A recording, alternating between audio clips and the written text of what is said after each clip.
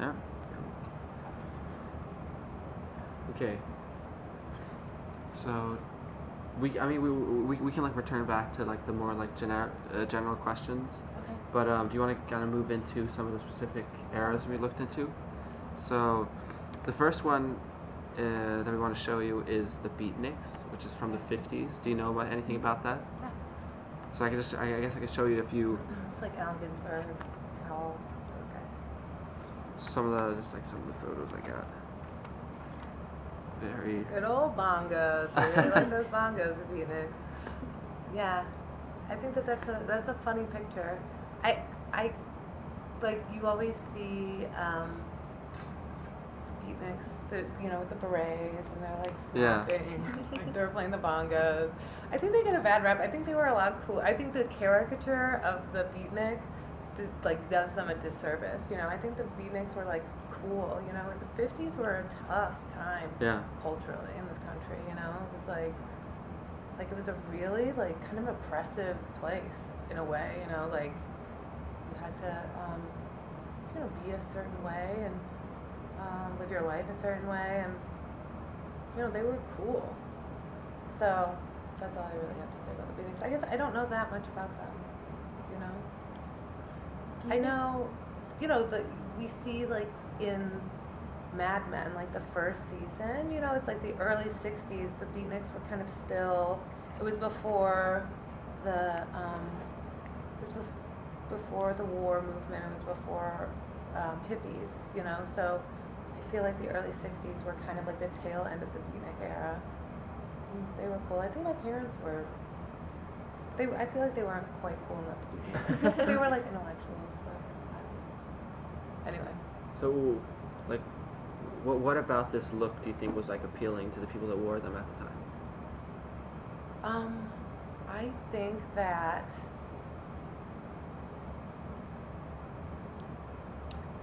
what was appealing about it to them, I'm not sure. I think that it definitely signified being a part of that culture.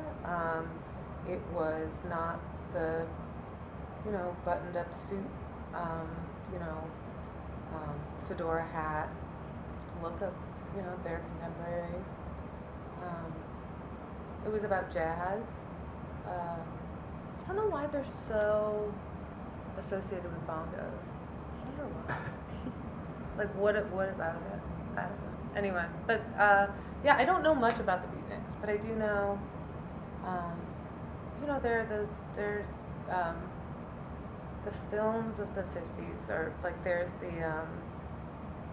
there's that great scene of Gene Seberg walking down the street in a International Herald Tribune shirt. Have you guys seen that image? It's really cool. To me, that's Beatnik style. I don't know. I can't really speak that intelligently. Do you feel like that the rebel kind of surfaces when people feel culturally oppressed? Is that a trend, or was that just more specific to the 50s?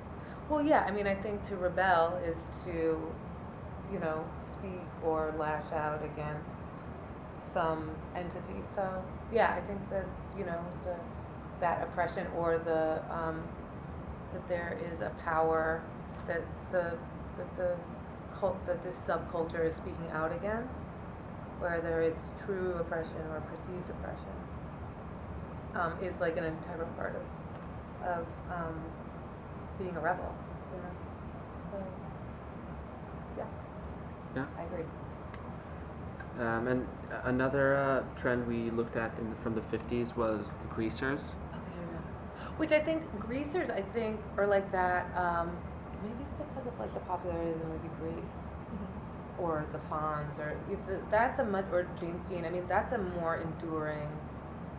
I think people can speak to that and identify with that as more of a classic American rebel look. Yeah. The Beatniks get a bad rap. I think that they were about a lot more than stupid bongos and berets and snapping. It was it was Allen Ginsberg and all these poets and authors and musicians and jazz. So but I don't know much about it. So, but this is the enduring rebel image of the 50s. Yeah. From film, I think, you know. Yeah. James Dean, I think that Elvis, you know, it's like, I think maybe they just had stronger pop culture figures. Do you think they were like without a doubt, the key, like actors behind the greaser trend, like the movie and James Dean? James Dean, Elvis, yeah, probably. I mean, those are what come to mind. And like, why do you think they started that trend? I think that they were incredibly famous.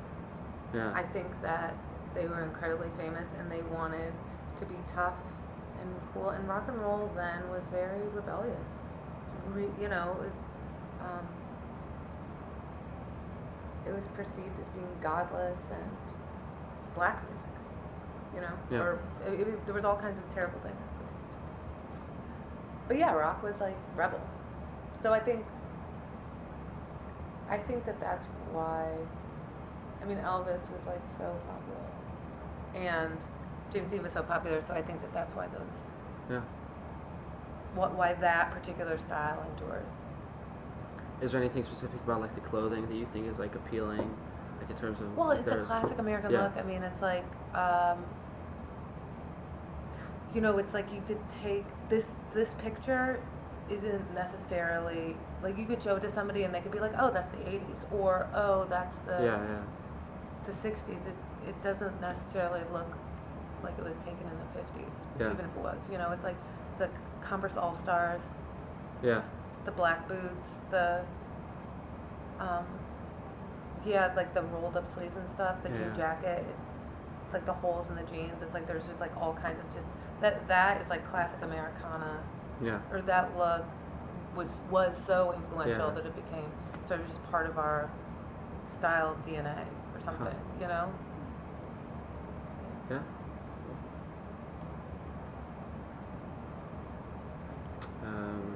So when was that photograph taken? Is that from the 50s? I'm not really sure. I don't think it is. Because that guy's wearing a Mickey Mouse t-shirt. I feel like that's like not. I'm not really I'm not exactly sure when this was. But it would be interesting to know. Yeah. It's like, because that's not a photo from the 50s, but it is 50s style. Yeah, and I guess this is like the classic one. So, and that is also that is not 50s. No, or it wasn't taken in the 50s, but it is. Okay. That is The Untouchables. That's like a picture from a film about the 50s.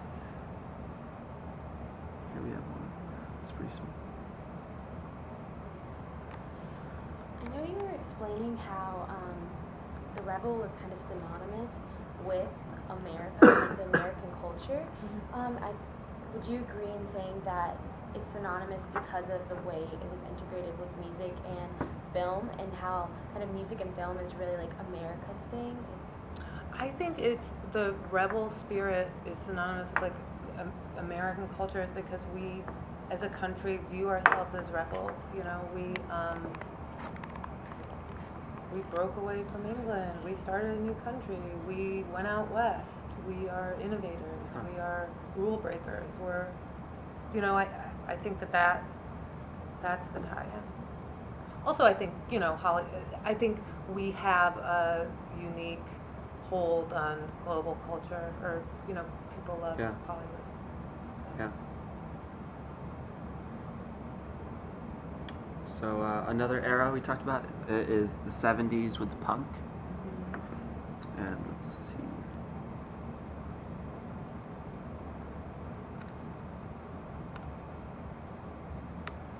So I have a couple photos here. Oh, those are so small. Can you see from there? Yes. Not this. I get this. I think this one. So yeah, this was like late 70s, early 80s.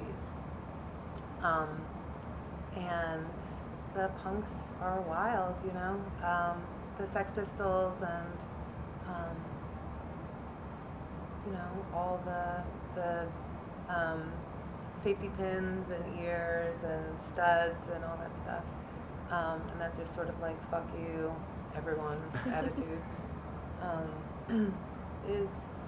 I mean, you know, was really influential and continues to this. I mean, you know, I feel like there has been punk movements of some sort ever since the 70s, early Yeah. 80s. Vivienne Westwood, I believe she was a really important designer during that time, with the Mhm. whole Sex Pistols thing. Right. But she was more in the UK, I believe. Yeah, she's a British designer. So would you say that rebel fashion kind of started there and spread its way to America? Or would you say it's vice versa? I think it did. You know, we lived in England when I was really little, in the 80s, like in the mid 80s, and I remember all the punks with their huge mohawks and like safety pins in ears and nose and stuff.